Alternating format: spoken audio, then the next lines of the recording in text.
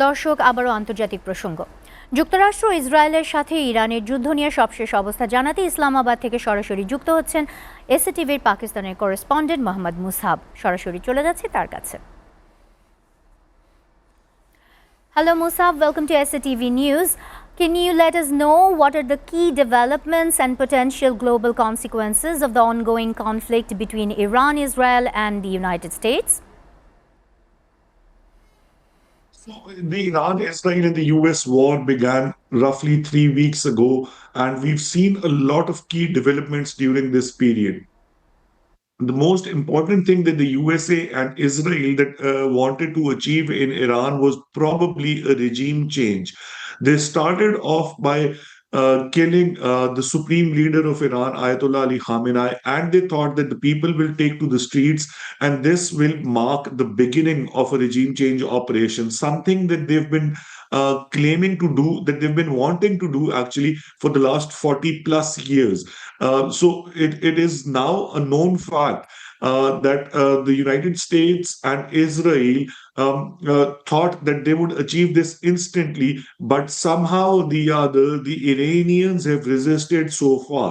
Today was the day when a lot of people have started thinking that the stalemate might end between Iran, USA, and Israel in this war.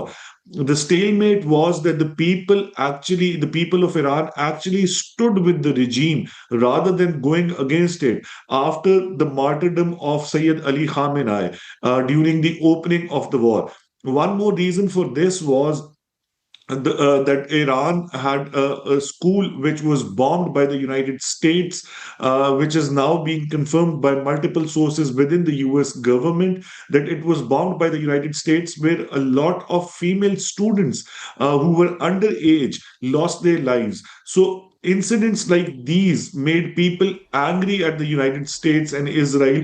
Any chance that the United States and Israel had of taking control of Iran's new regime was lost because of this incident.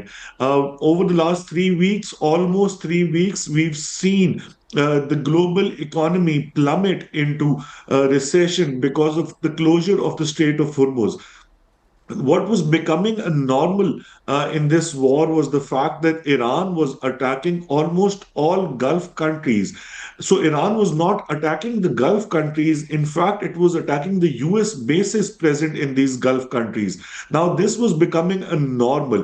But what has happened today is that IDF claims, the Israeli Defense Forces claim that they've not just taken out Ali Larijani, who was it is to be noted here that Ali Larijani was not just any other key figure. He was the figure that was holding the regime together. So if he's actually been taken out, what is next for Iran is yet to be seen. The IDF also claims that they've not just taken out Ali Larijani, they've taken out key figures in the besiege.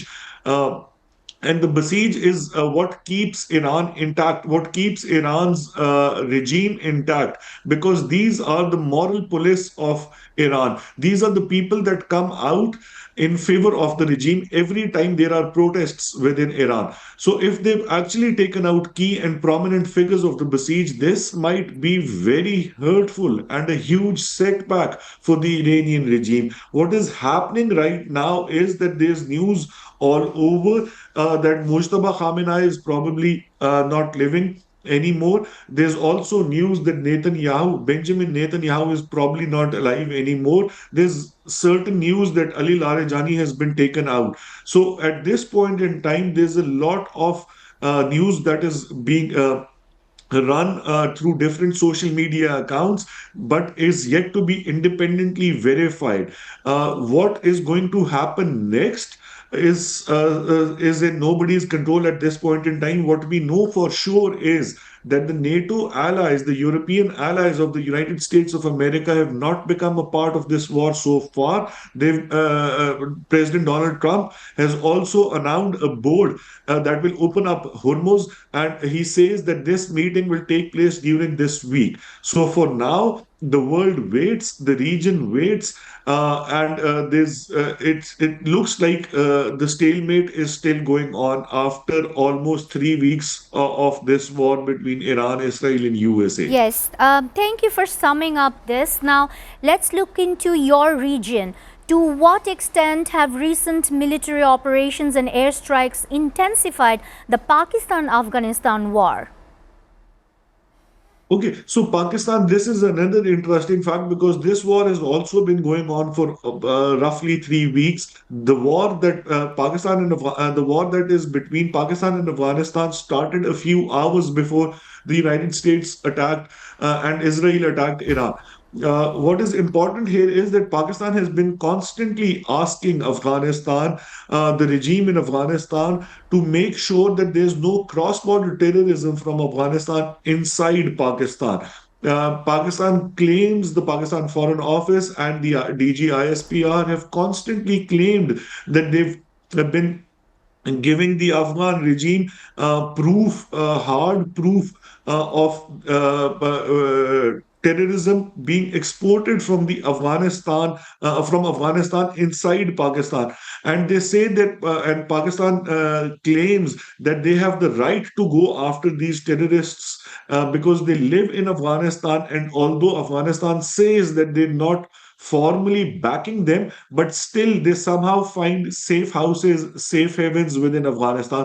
So this war was basically to eliminate all these terrorist groups, all these sleeper cells, all these people being funded by India who remain in Afghanistan but attack inside Pakistan. Now, the war that started between Pakistan and Afghanistan supposedly started on the borders, where the Afghan side was attacking the Pakistani military checkposts on the borders of the Khyber Pakhtunkhwa province and the Balochistan province.